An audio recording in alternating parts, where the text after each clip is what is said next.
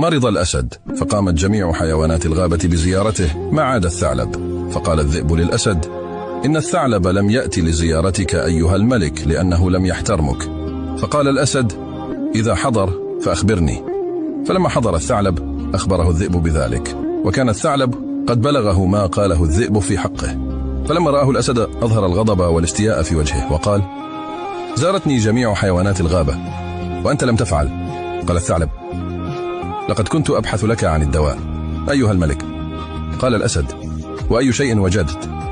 أجاب الثعلب: لقد أخبرني أحد الأطباء أنك إذا تناولت ساق الذئب سيشفى مرضك.